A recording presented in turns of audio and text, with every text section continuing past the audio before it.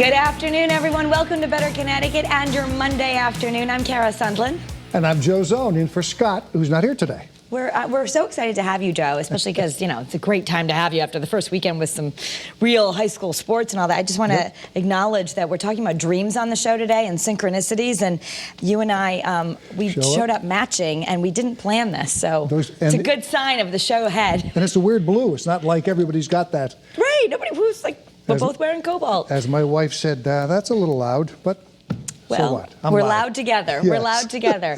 Thank you for being with us for this full hour. Of course, we're talking about President Trump, where over the weekend there was actually an appearance. He did make it out in an SUV wearing a mask there. He said he really wanted to go out and say hello to all the patriots who had lined the streets and come to show their support. So not typical of a COVID patient. Well, they're supposed to quarantine for at least 14 days, so obviously that doesn't look like a quarantine. And also there's some questions about Secret Service in the vehicle with him at the time and what risk they had. They were wearing, of course, protective masks, but it's the President of the United States, and protocols seem to be varied on what he may or may not be able to do. Versus what regular Americans are doing. But we'll keep an eye on that, of course, in our news break coming up and the president's condition as that evolves today. But in the meantime, a lot of people just needed a break this weekend and maybe need a break later on for football. So football is happening, Joe? Well, it's tonight? Yeah, well, other than the usual Monday night game, the big story over the weekend, and it broke Saturday, Cam Newton, the quarterback of the Patriots, he tests positive for COVID. So now that puts the entire football game for Sunday afternoon, a 4 o'clock game, in jeopardy.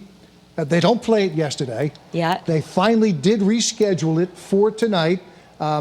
Nobody else on the Patriots, even this morning, tested positive. So they flew to Kansas City. They're playing Kansas City, who, by the way, has a backup quarterback on their team, also a solo COVID test. And they had to take 2 planes to keep Cam Newton and his cohort away from everyone else? That's exactly what they did. So 20 teammates and personnel closely working with Cam Newton during the week, they're out on one plane, and the rest of the team went out on another plane. So they've still got some separation there, even on the way out. And what's unusual also is they're flying to a game the day of. That never happens. Right, right. I was reading that, like, is that a big deal for a player? They usually want them well rested and everything is focused on the game instead of traveling. But it's 2020, so we'll have to see that. But as far as you know, it's going to be game on. And it's here on Channel 3. Yes. That's very rare because we originally were supposed to have that game yesterday afternoon.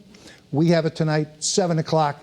So the other programs that you normally watch here, like the People Magazine show, not tonight. We're going to watch football tonight. We tonight. got Patriots. Okay. And people actually got to watch high school sports. They resumed over the weekend. Not all of them. Some of them, a little bit different. Girls volleyball, they were wearing masks. This was the first weekend. They started Thursday, then Friday, big full slate. We had our Friday Night Frenzy show. Yes. Without football, which, normally in the fall, we're Friday Night Football. Then we do, some other sports in. But this was girls volleyball, which is so incredibly unique because the girls are playing volleyball, running with mask on. That was the only way they figured they could take it from a high-risk sport to low risk. Why is it high risk? Because it's indoors. Okay. So they're playing with these masks on. Now, I didn't see any problems. And there is some football being played. It's 11-on-11, but it's the girls volleyball. And for instance, when I went to cover one of the games Friday night, they had to give me a heat test, have to fill out a form. Some schools are letting fans in, mostly senior parents. Some schools are having senior night early, first game, because just in case they don't get one. Because usually there's they do it last game. Yeah. Some fans, some not, some in, some outside the fences. I just got to give a shout out to the athletic directors and school personnel, because it is tough trying to navigate through all this. But people are trying to make it work. They're still having Paris Fashion Week in Paris, and people are wearing masks. Temperatures are being taken. The models on the runway weren't seen with masks, but everyone else in the crowds and working on them do have the masks. So. And there's a lot of social distance going on. They're making sure that nobody gets too close to each other. I didn't see any of this, as a matter of fact, but I would have thought this would have been a huge opportunity for the fashion world to come up with fashionable, Mask. crazy mask. Because let's face it, I believe that mask will be part of what we're going to be doing for a long time around here. And what a great time if they could have had some kind of really interesting, fashionable mask that they would have displayed at this thing for the models. Yeah, and there's still a lot of people and really close together in indoor. So there's some debate about that. And the Paris-based Japanese designer Kenzo Takada, he actually died on Sunday in Paris from complications with COVID-19. So I mean, he was there. I think he lived in Paris. A big contributor, although I don't think recently he's been doing anything in the industry. But he was there, and they say, and whenever I hear complications from COVID, I don't know what that means. But it sounds like somewhere along the line he had COVID and then something else. Right, a lot of times pneumonia or a heart attack. Regal Cinemas is having such a tough time. They're going to temporarily shut down theaters this week. I know there's one in Waterbury, a couple other locations in the state, I believe, and they're just not making any money. People aren't going to the movies. Nope. And you can't really justify hiring people and bringing in everything if people aren't going. And there's a lot of concern, rightly so, about indoor activities. Look, I love going to the movies. I don't go every weekend, but if there's a big one that needs to be seen on a big screen with a lot of noise, or just the fun of like the reclining seats and the popcorn and the slushies. I haven't been since March. I don't think you haven't been, right? I have not. I mean, I'll watch them at home, but so I can see where they're not making a dime. Right. They're getting killed.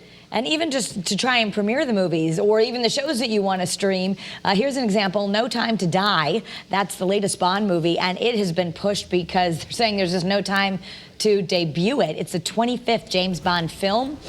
Daniel Craig's last as the iconic British agent, but they just can't seem to get it out there. So now it's going to be spring of 2021 is the scheduled release.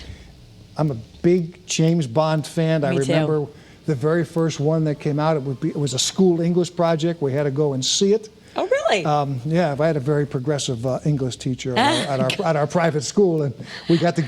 I like the one. Was it Goldfinger, where they got the teeth and the shark in there? I have a lot of favorites. Yeah. And I thought Daniel Craig was a great Bond. My favorite still was Sean Connery, but that's way I like old Pierce school. Brosnan too. Yeah, he was good for a couple. All right, so here is something that no one was really expecting: Hocus Pocus. Pretty old movie. Well, it just scored at the box office. They reissued it, and it won at the box office.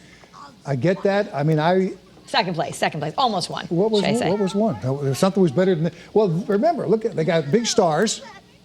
And as I was scrolling through looking for a movie Saturday night, I noticed it was up on pay-per-view.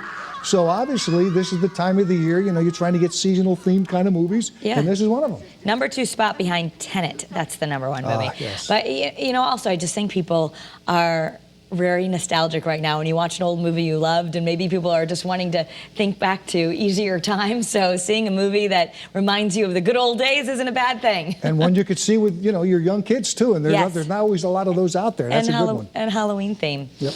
All right, so as far as the Cops TV show, with everything going on in the country, it was taken off the air. It is going to be back in production, but apparently it will now only air in Europe, not in the U.S. Yeah, that does not surprise me right now. I think it's interesting that they were able to get a production crew together. They're going to have to find some police to it's a very sensitive time in our nation, and apparently if you're living in Europe, you're at least twice removed. You can watch it, but here they just thought it was too controversial to be airing those shows right now with all of the unrest. So Rebel Wilson says she's almost to her goal. You might recall she's been trying to lose a lot of weight. She wanted to get to a goal weight of 165 pounds. I think she looks amazing right there. But she says she's only 6 pounds away, and she's really been focused on this. She's been sharing a lot on social media. I'm not sure exactly how much she had to lose, but she's almost to the goal, and she said she wanted to be at that goal by the end of the year, which is inspiring for so many people that if you want to lose weight, you really do have to set a goal and a plan to get there, and she's doing that. And think of how she's doing it. So she only needs to lose 6 more pounds, and what's that? Like 10 weeks until the end of the year, whatever it is. Yeah, November, December. Yeah, so like maybe 12 weeks. So she really has a realistic goal. She's not trying to, slam off 5 a week and 10 here and there. It's a pound a week until the end of the year. And I love what she's saying. I'm so motivated that I'm getting up in the morning. I tried to go, do a hike before breakfast, and then after lunch, I was like, let me go out and do, 5 minutes of sprinting. So even just the little things she's doing to rev her metabolism, I think it's inspiring for all of us, really. especially in times like this where no one really wants to do much of anything other than eat. And then eat, yeah. What was for lunch, what's for supper, and what's for breakfast tomorrow?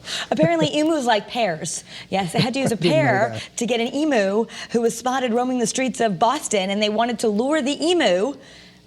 So they did it with a pear. Apparently, this emu lives at a house where they rescue unwanted animals. All kinds of unwanted animals, apparently. Well, that looks like a big challenge. I do know that they run very fast. I think they're the second largest bird behind the ostrich, right? They said they're usually 6 feet and 100 pounds. Yeah. So skinny but tall. I had a cousin like that.